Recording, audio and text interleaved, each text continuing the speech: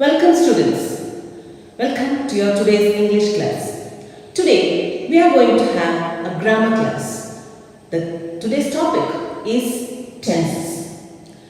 Basically, there are three types of tenses: present, past and future. So today we are going to learn in detail about each of these tenses and their subdivisions. So dear children, today's grammar class is on tenses. Knowledge of tenses and its usage is very important for effective communication. Tenses play a vital role in effective speaking as well as writing. Let us see more about the word tense. The word tense is derived from the Latin word tempus, which means time. Dear children, you all know that a verb indicates the time of an action, event or condition by changing its form. That is, a verb is an action word. Each tense indicates the connection between two or more time periods or the exact time an activity occurred. Tenses are the form taken by a verb to show the time of an action or the state of an event. So basically there are three tenses: the present tense, the past tense and the future tense. Each of these tenses are again divided into, or it has four forms or subdivisions to express the continuity or completeness of the action and the time. And it is divided as indefinite, continuous, perfect and perfect continuous. Now let us see it in detail. The indefinite tense does not indicate whether the action is complete or not. And coming to the continuous tense indicates that the action is still going on. And the third subdivision, the perfect tense, it indicates that the action is just completed, finished or made perfect. Now coming to the fourth one, the perfect continuous tense indicates that the action began in the past and it is still continuing. So you will learn more about it, or it will become easy for you when you get the examples now. When you look into each one in detail, and I'll give you more examples. Now here is a table which will help you to learn the classifications of these tenses very easily.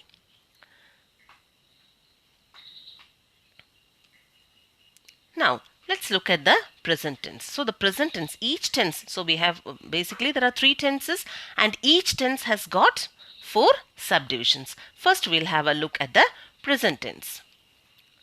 Simple present tense or present indefinite tense. Okay, so it is formed by subject, formed like this: subject plus verb 1, that is first form of the verb, present tense form of the verb, and object. So this simple present tense is usually used to express a general truth or an action that is occurring now. The common example here is the sun rises in the east. You can write the sun sets in the west. Then it is also used to express an action that occurs regularly or habitually, which is done every day. Okay, habitually or regularly done, some action which occurs or which is done on a regular basis. Here I have given an example like this: she often goes for a walk in the morning. Sita gets up early in the morning, etc., etc. I go to the market every day. I watch the news every day. So all these can be given as examples for simple present tense. So simple present tense is used to express a general truth or an action that is occurring now. It is also used to express an action that occurs regularly. That is something which is done every day. Now the second subdivision is present continuous tense. Because present continuous tense expresses an action that is happening at a particular time or at the present time. Yes, an action which is happening at the present time. And it is written in this form: subject plus is or am or are plus verb 1 plus ing plus object. Example is: I am reading a book. I am writing a letter. I am playing violin. Then she is playing a violin. She is playing with a doll.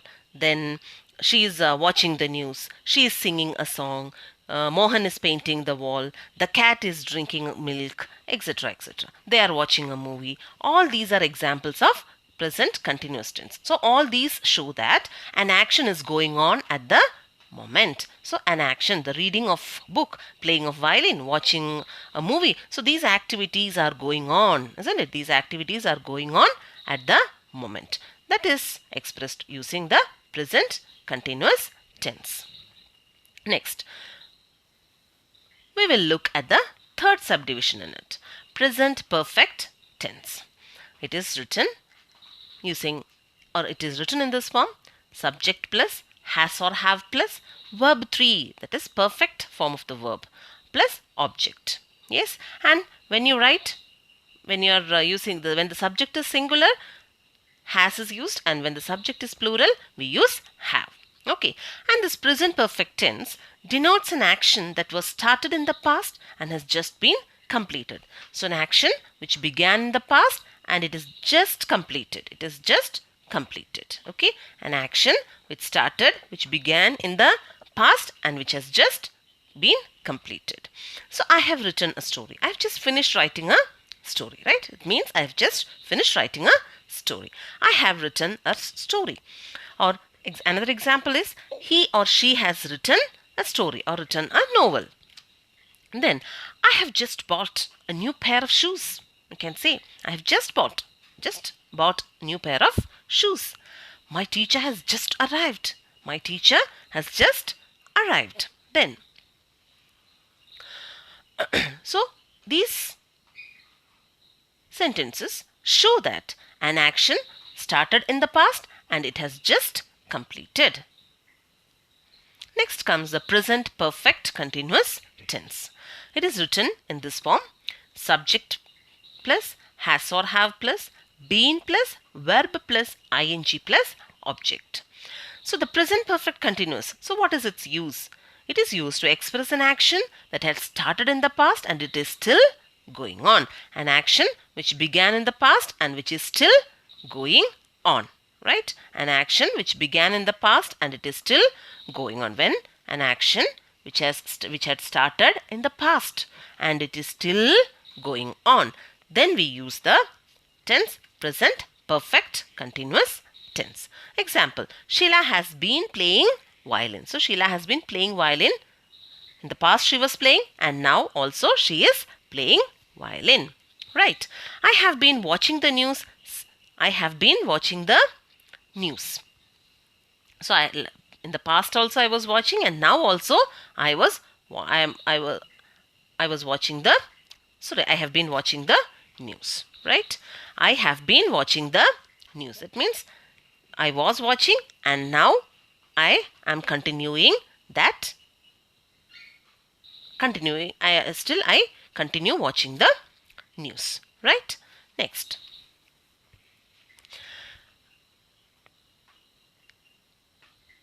Another example is he has been reading since morning. He has been reading since morning. Then you have been waiting for me for 1 hour. And another example it was rainy. Sorry, it has been raining since morning. So some action which has started in the past and it is still continuing. Okay, that is expressed using present perfect continuous tense. Now comes the second part, the past tense. This past tense also has got 4 subdivisions: past indefinite tense, that is simple past tense, then past continuous, past perfect, and past perfect continuous tense. Then this is written in this form: subject plus verb 2 plus object. Okay, verb 2, that is the past tense form of the verb, and it is very simple. It is used to denote an action that had happened in the past, an action which had already occurred, which had completed in the past. Simple past tense is used to express an action that had already completed in the past. I ate an apple. Hari washed his clothes. I bought a car last month. She celebrated her birthday yesterday. So all these, the actions in all these sentences show that the action had already taken place. The action which had already taken place is denoted using simple past tense. Next subdivision is the past continuous tense.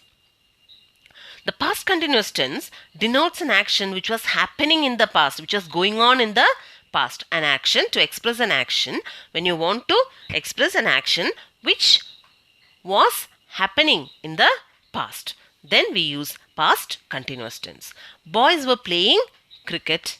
Boys were playing cricket. They were playing. They are not playing now. They were playing in the past. Then she was cleaning the room. She was cleaning the room. Then he was reading a book when it rained. He was reading a book when it rained. Then I was studying when my father came in. So as I was studying, so this action of studying was going on in the past. So playing of cricket, cleaning of the room, then reading of the book and studying, all these actions were going on in the past, right? So when you express an action which was going on in the past, we use past continuous tense. Then comes the past perfect tense. Subject plus had plus verb 3 plus object. This is used to denote an action that was completed before another action started in the past. So this is often used when we are mentioning two actions in the past. When we are mentioning two actions which had taken place in the past, the first action is expressed using past perfect tense, and the second one is expressed using simple past tense. Okay, when we are referring to two actions in the past, the first action, the earlier of the two actions, isn't it? The earlier of the two actions is expressed using past perfect tense, and the second action is expressed using simple past tense. When you look at the examples, you will understand it. The train had left before I reached the station. So which action took place first here?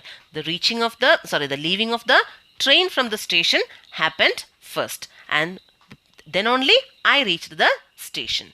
Then in the second one, students had finished the work before the teacher arrived. So teacher has given them some work, and why the teacher went out and came back, students had finished. So which action took place first?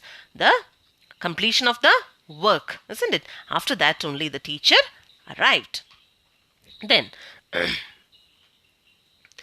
the common example is the patient had died before the doctor arrived. So the death of the patient took place first, and then the doctor arrived. Then I reached the station after the train had left. The same sentence can be said in this way also. I reached the station after the train had left. So in this sentence also, the leaving of the train takes place first. Then I reached the station. Then the thief had run away before the police arrived. The thief had run away before the police arrived. So the running away of the thief took place first, then the police arrived at the spot. Then another example can be, I had plucked a flower before I entered the house.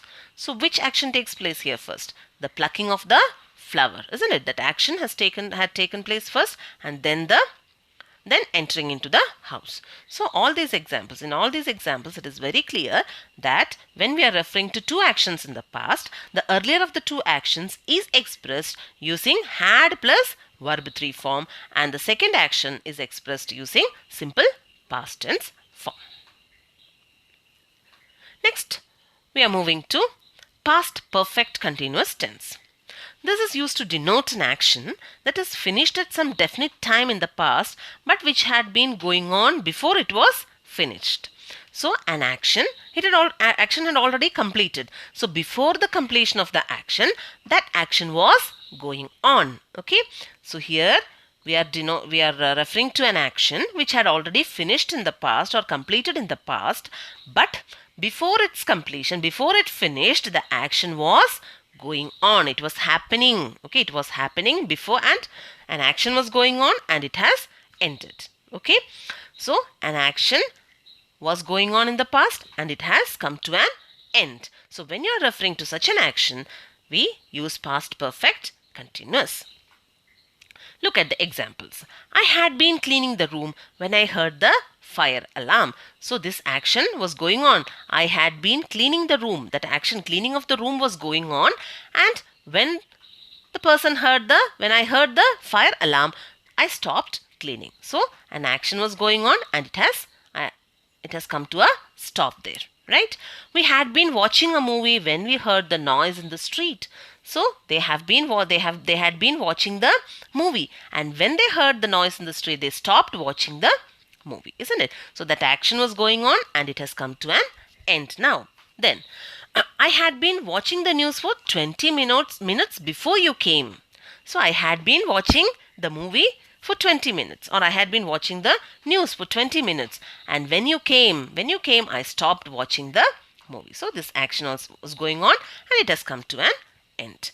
So we had been playing for 2 hours when it started raining. So we had been playing, isn't it? We had been playing for 2 hours, but when it started raining, we stopped playing the game.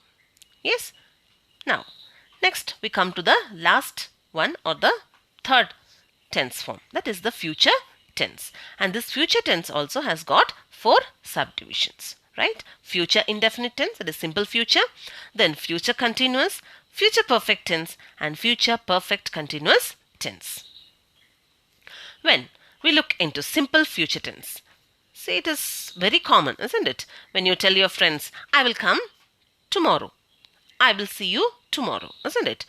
So an action denotes an action. It expresses an action that will take place in the future, which is going to happen. It has not yet happened. It will happen, isn't it? When you are referring to an action which will take place in the future, we use simple future tense. I will cook my dinner, or I will wash my clothes in the evening. I will clean my room in the afternoon. They will attend the meeting tomorrow. So when you are referring to an action which will take place in the future, it has not taken place now, it will take place, isn't it? In the future, it's going to take place, right? Such an action, we use simple future tense. I shall play cricket in the evening.